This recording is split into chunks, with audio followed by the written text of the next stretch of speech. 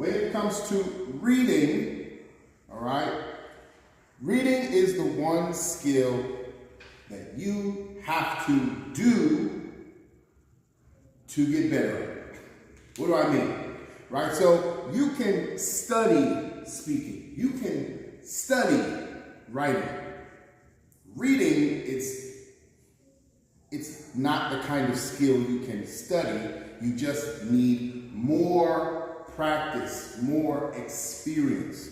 So the very first point about getting band 9 in reading is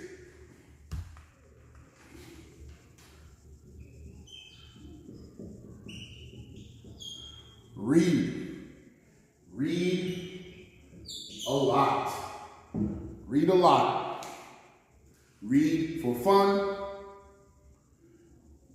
If you don't find reading fun, it's because you're reading the wrong things, okay? For example, I know many female students who like to read romance novels or horror novels, but many male students like to read like manga. There's nothing wrong with reading manga, except it doesn't give you in general, it's difficult to get a wide range of topics, of subjects, of stories. Okay, now that's not to say there aren't manga about, IELTS topics. There are. And I can recommend some to you if you want. But in general, reading novels, reading magazines, reading online articles, these things are better. You just need to find the topics you are interested in and read about those.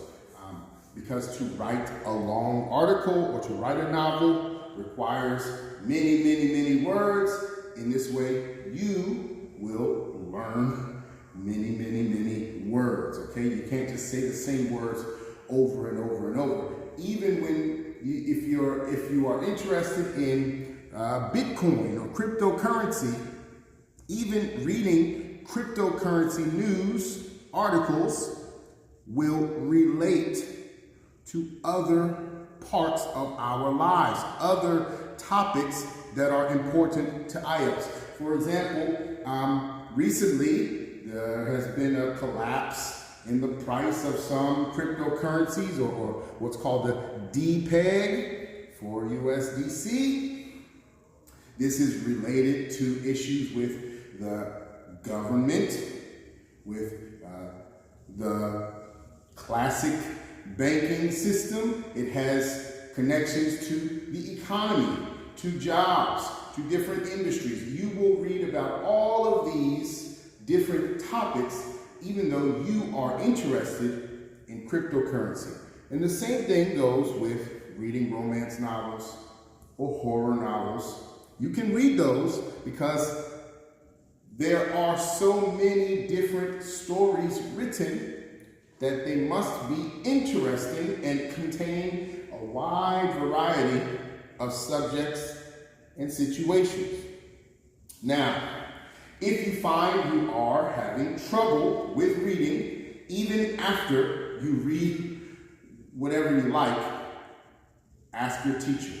You can, right here in the comments, right now, say, hey, what should I read? I like blah, blah, blah. And I will tell you some things that may be interesting, which will also be helpful for IELTS. But overall, I will not say you need to study. I have obviously the NGSL extended vocabulary list for IELTS. That's like 1,000 words. It's every word that you will ever see on the IELTS exam. Yes, I have that, but I give it away for free, but I don't say that you should study 1,000 words on a word list. It doesn't make that much sense. Just read, and you will read all of the words on the word list, and you will practice the words on the word list when you do practice IELTS exams. All right? So that's point number one. Read a lot. Now, for me personally, to get a 9, a band 9 on reading, it's difficult because it's difficult for me to stay focused. I know many of you can have trouble staying focused, reading long passages and answering questions and going back and forth and thinking of synonyms and filling in blanks. And sometimes it's just boring, right? It's difficult. I understand the struggle. So what you have to do is, before you do reading, clear your mind, refresh yourself. You got to get yourself in the mood. Actually, I would suggest a little bit of flex those muscles, do a little stretching, and just prepare your mind for the focus, all right? Just try your best not to hate yourself for 1 hour. That's all you have to do. Because it's just 1 hour, and it doesn't have to take 1 whole hour if you do it faster. If you think of it like, I don't want to say think of it like a race, right? Don't rush through it, but don't overthink this skill. You don't have to overthink what's happening. Reading can be very clear if you follow the proper strategies and techniques. All right, so this is about Band 9 reading. Band 9 reading is slightly different than the other bands. Why? Because in Band 9 reading, you have to get every question correct. You could probably miss one question, maybe 2. I'm not sure if it's 2, but you can miss 1 and you can still get a band 9. But other than that, you can't make any mistakes. So how do you go through this test without making any mistakes? The key is the techniques and the strategies. So first you have to identify all of the question types, all right? Identify all of the types of questions, all right?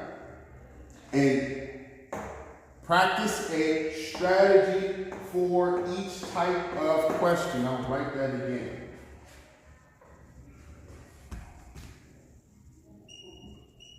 Practice a strategy for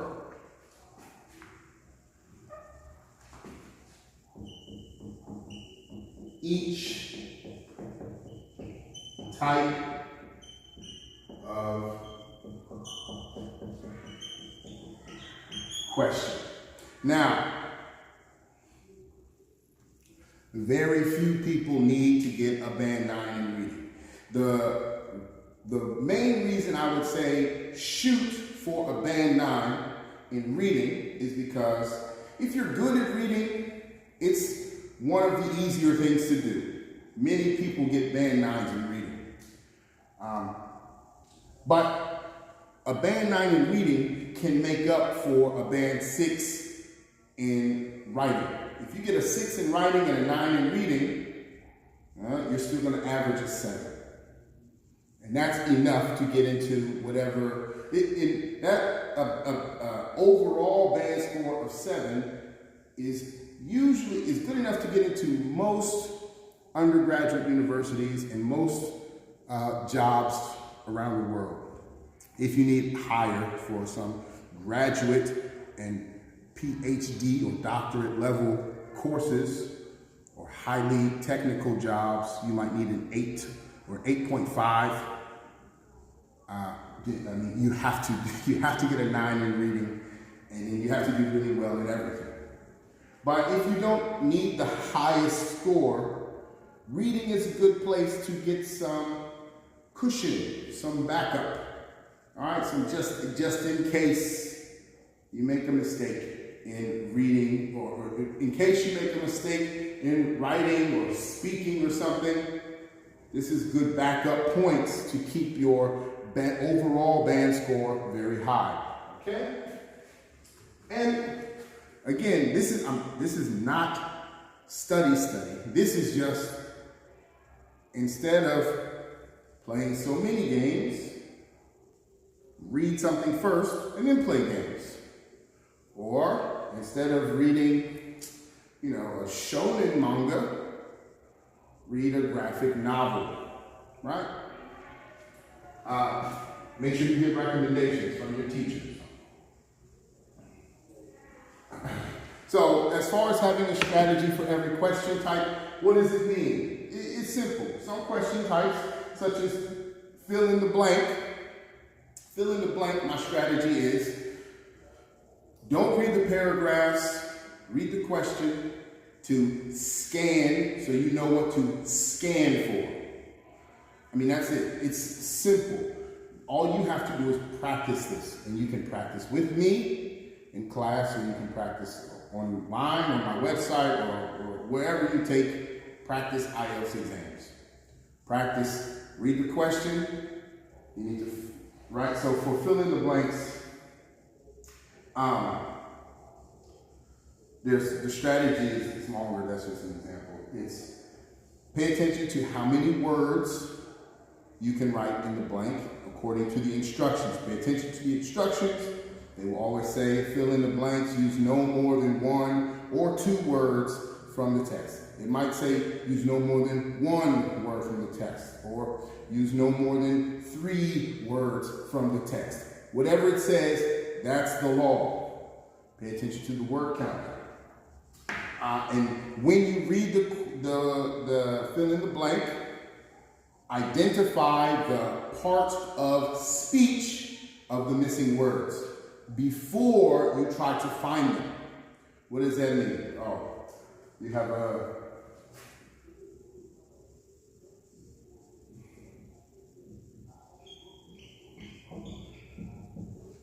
right? Fill in the blank. Use no more than 1 word from the text. All right? Before I try to figure out what this is, even though we all know what it is, think, is this a noun? Is this an adjective? Is this a verb? We blank to the part. We know every sentence needs a verb. We have our noun here, right? We have our subject. We have our object or predicate. So we need our verb.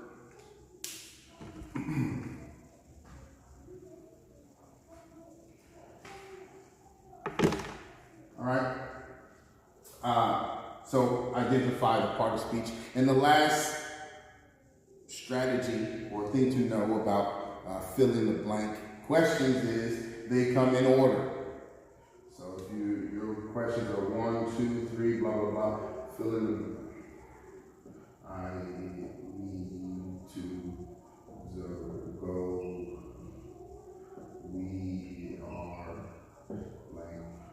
So if they blank read. Right, so these 3 questions, these 3 blanks are going to be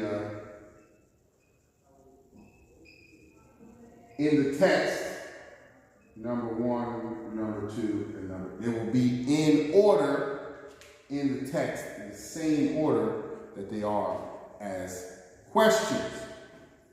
So that's the strategy for filling the blanks. Don't read the passage first. Identify the part of speech.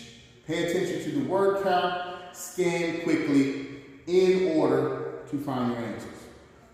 These are the kinds of strategies that you need to know to get a band 9 on IELTS reading.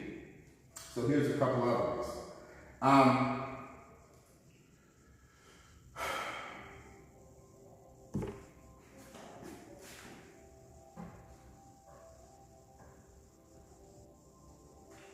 So, read the question types. All right.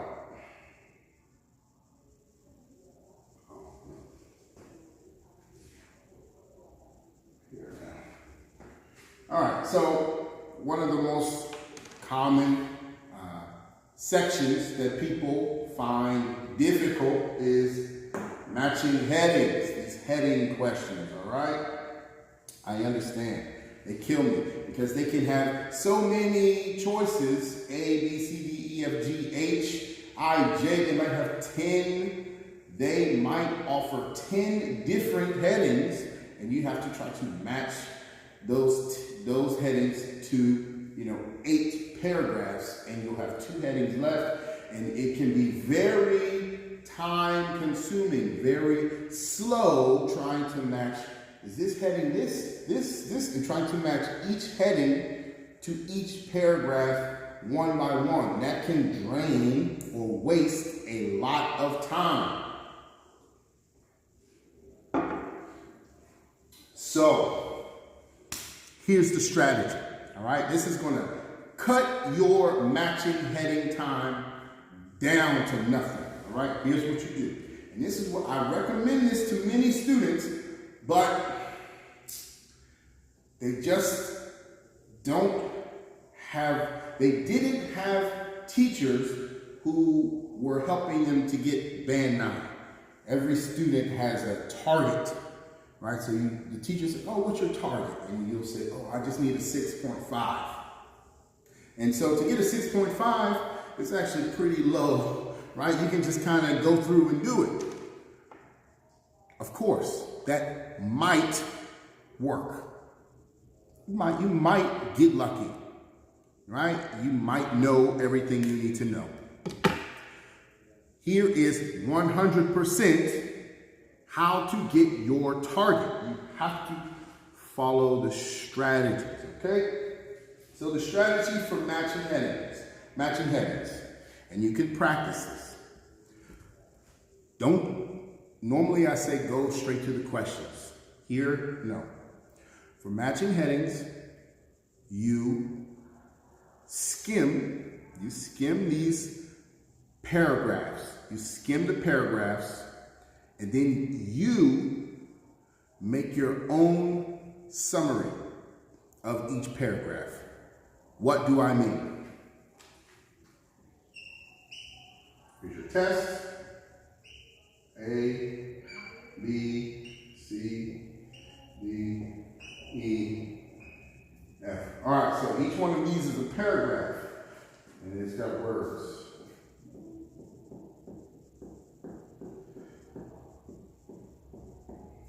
You read you read it, and then on the side, you make a note. What is this paragraph about? What are the key words or key pieces of information? So just very short and sweet key pieces of information. So this one is about waterfalls.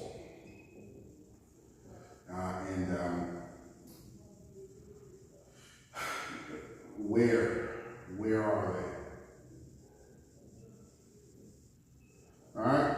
So this was about waterfalls and where are they? And I read this one and I say, okay, well, this one is a B. Paragraph B is about the biggest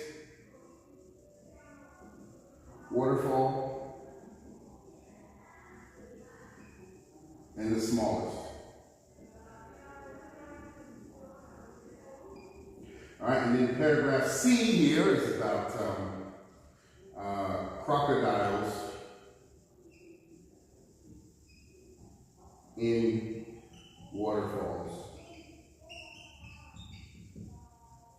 And paragraph D is about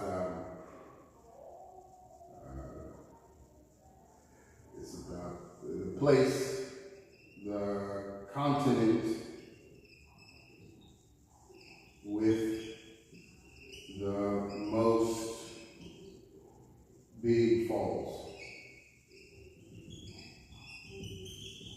All right, don't worry about my handwriting. I'm sorry. If you come and study with me face to face, you will learn how to read this writing, because I just write exactly what I say. So you'll learn. But anyway, waterfalls, where are they?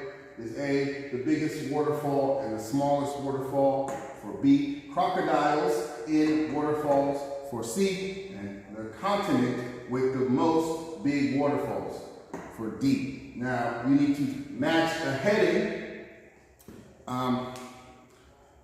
In some cases, the heading or summary you make will match pretty close with the headings in the questions of the test. And I mean, if you see waterfalls, where are they? Or in A over here is, well, it won't be A, it'll be I. I says the locations of waterfalls. Right? So I've already made my own summaries, and I is the location of waterfalls. It doesn't match the continent, it doesn't match crocodiles, it doesn't match biggest and smallest, it matches waterfalls. Where are they? The locations. Boom! And I'm done. I don't have to read this again. That's the beauty of a strategy.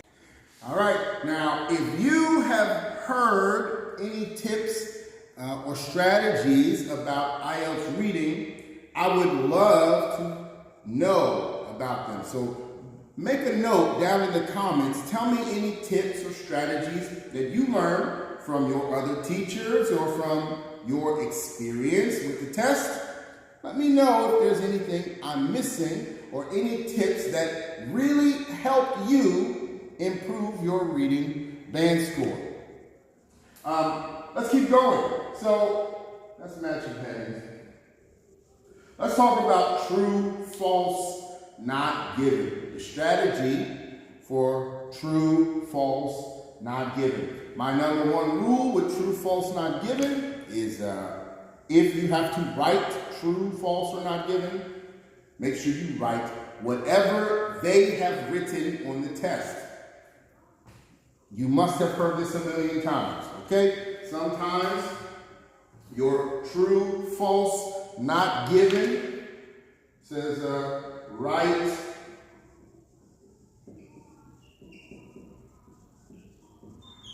T, F, N, G. If it says write T, F, or N, G, that's what you write on your test. However, if it says write true, false, or not given, you better write the whole word. You have to write the whole word. True, false, or not given. You don't save any time by writing T, F, or NG, because you will get all of those questions wrong. We will just mark them wrong. You have to write the word if it says write the word. Okay? So that's number one. Number two, the second thing about true, false, not given, they're pretty much in order. These questions are 1, 2, 3, 4, 5. Write true, false, not given. They're in the same order in the text, which is great. So once you get number one, you can move on to number two, and you'll just look under number one in the text. So that's always very good.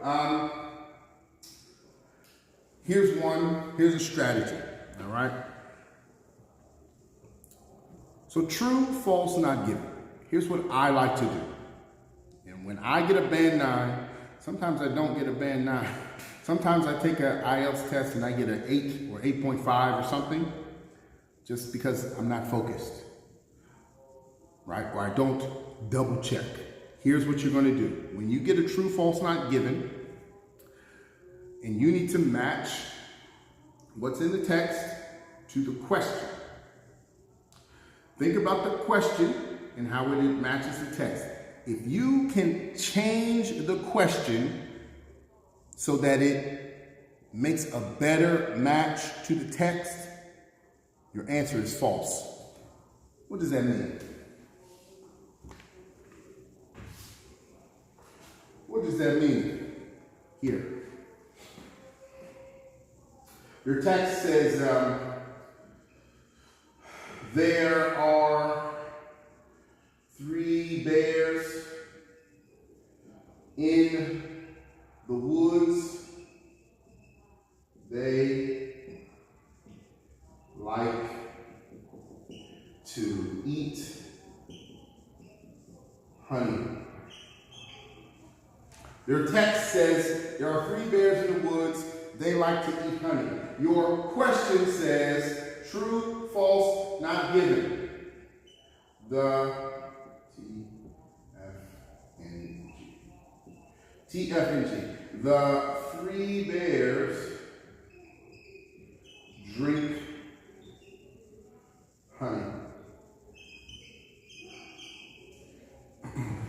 So, true, false, or not given. The 3 bears drink honey. Now, I've made this very simple so you can easily see what's happening. Right? We're going to scan. Right? We're going to scan, make sure that this is related to the text. The 3 bears, please. Honey, easy. Now, it says drink, but this says eat, all right? This says drink. This says eat, and it says they like to eat. Jeez, I mean, it's kind of the same, right? You can't eat honey, can you? You drink it. What am I going to do? Is this right? Is this true? Because you have to, you drink the honey. That's how I know bears sometimes, bears scoop.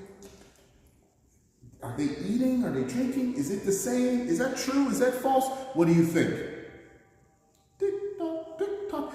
You see how much time it takes if you are not confident. So, first step, once you match it, you think, okay, I'm not sure. Can I change this? Can I change it to make it fit better? If I can change this and it fits better, this is false. The 3 bears drink honey. False. The 3 bears eat honey. True. That's how you do it. Read the true, false, not given. If you can change anything in that sentence to make it true, that answer is false. I'll try to do one more.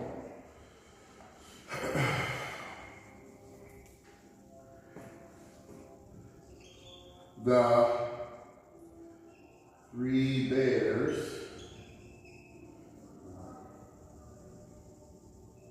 go to the woods for honey.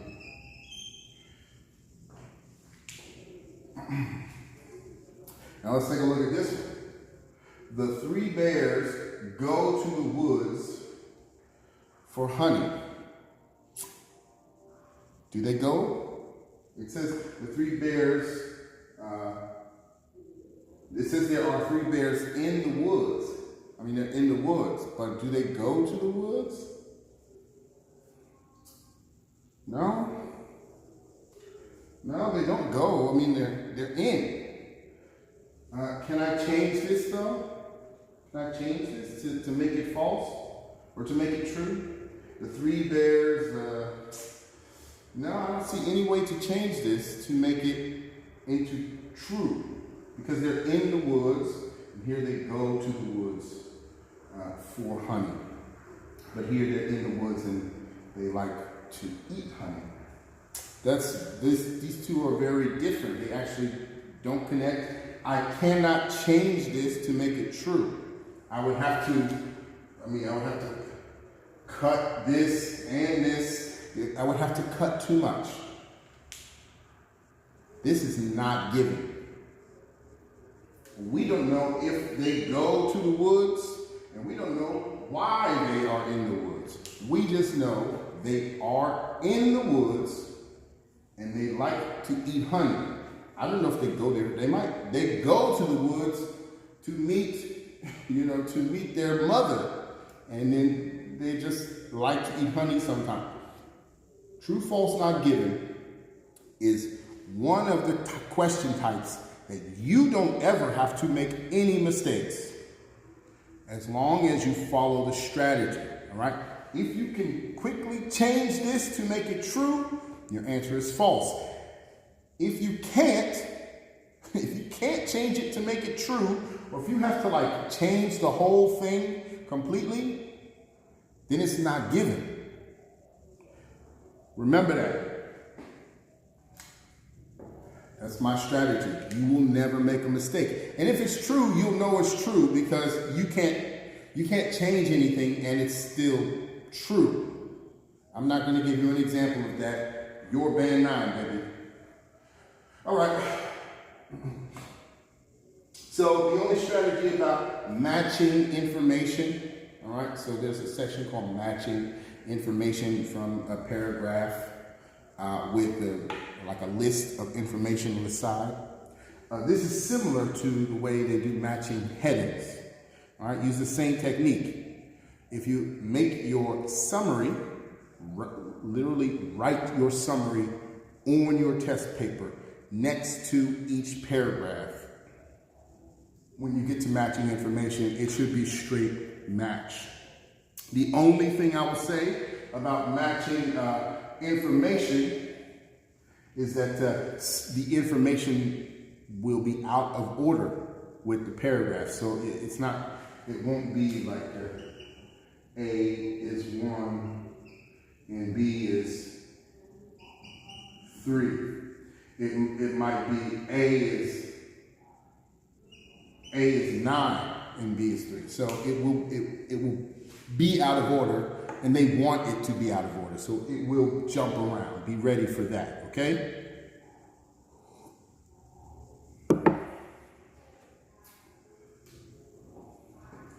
All right.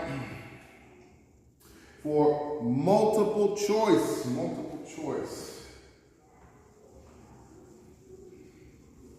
Our favorite type of question, multiple choice. For multiple choice questions, you have to remember the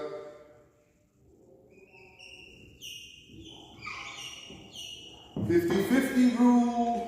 The $50-50 rule if you have a multiple choice question and two answers are very similar. Two answers are very similar, almost the same. One of those two answers is the correct one. What does that mean? Choose A, B, or C. The 3 bears are in the woods. The 2 bears are in the woods. The woods are where? Say the woods have honey. The woods have candy. So your multiple choice is going to look something like this. The 3 bears are in the woods. The 2 bears are in the woods, or the woods have candy. This is the 50-50 rule, just very simple so you can see. These two are almost the same. Same. Your answer is one of these. This is not even an option. There's a 99% chance, all right, that your answer is A or B. You just have to pay attention to the details to choose the correct answer. All right, and then obviously it's A, because 3 bears. All right, 99%. There are some cases, rare cases, when your answer might be C, but we're band 9, baby. We're going fast, and we're going to see quickly, oh, hey, something's off. This is not right. It's not one of these two. It might be C. If it's C, it's C. But in general, it will be A or B. All right, so that's the 50-50 rule. And the other part of multiple choice, to help you go fast, all right? Band 9 reading is about getting through the whole test quickly, or not quickly, but don't get cut off at the end, right? You need to get to the more difficult questions so you have enough time to think and read and skim and scan, okay? So don't waste time on multiple choice. If 2 answers are close to the same, it's one of those 2. All multiple choice, number 1, number 2, right? So these answers in multiple choice number 1 will come from paragraph A, and then the answers in multiple choice number 2 might come from paragraph B or C, D, E. Multiple choice questions are in order, all right? They're usually, 99% of the time, they are in order. So 1 is up high, 2 is below 1, 3 is below that, 4 is below that. Easy. A lot of people get band 9 in IELTS reading. You can too. Just go fast where you can go fast. Use the techniques or the strategies in the places with strategies, all right?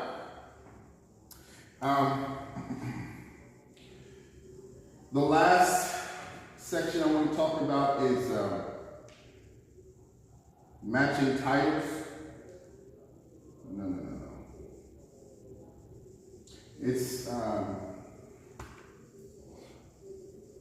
It's part of matching information. I forgot what the name of the section is. When you're in this section and you need to match paragraph information with like a summary on the side,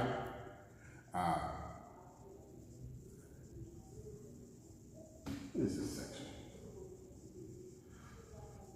Maybe this was part of matching headings and I just forgot it. Anyway, so when you're matching headings or choosing the titles of paragraphs, that's a different section, matching headings, but they have a similar idea. So matching headings would be a phrase or this paragraph is about this topic, but choosing titles, choose the title of this paragraph or of this section, it would be a title. So if we go back to the 3 bears, right? The 3 bears live in the woods and they eat honey.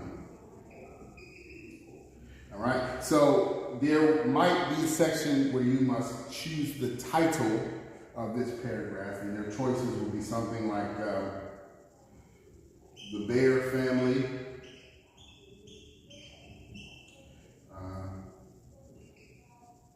where bears live,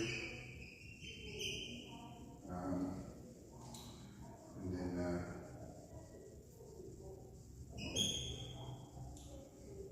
the bear family habitat, where bears live, and then honey is delicious. All right, so you're going to have 3 titles: the bear family habitat, where bears live, or honey is delicious. And you need to choose the correct title. So that might be one section. To do this is best to match the first sentence. No, it's not titles, it's the topics. It will be, okay, it's similar, something like that. Matching topics, matching titles, whatever. I don't care about the name. The idea is to get the topic of a paragraph, to get the subject or idea of a paragraph, you need to read the first sentence and the last sentence so you kind of get an idea of what it's about. All right? Now you will have already done this if you had a matching heading section or matching information section where you made a summary, but you may not. If you need to do it, you can make a summary by yourself of each paragraph and just match it, or read the title and then match the first sentence and the last sentence to make sure that this paragraph is about this topic. All right? But I say all of that to say that don't spend too much time on this kind of section because they're only worth 1 point. All right? Some things are important, some things are not, and you can miss 1 point and still get a bad 9. All right?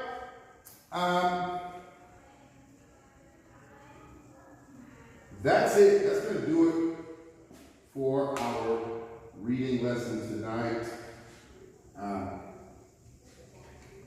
Again, my main piece of advice, if you don't take away anything else, is read more. Get some recommendations from me in the comments right now. You tell me a topic or a subject that you like. If it's gaming, if it's romance, if it's ghosts, if it's vampires, if it's dogs, animals, computers, whatever it is you like. All right, and I will give you a recommendation of something you can read that will help you with IELTS. I have no problem with that. I would love to do that for every single one of you. If you watch this video, write any topic in the comments. I will give you a recommendation. All right? Just read more. You learn reading by reading.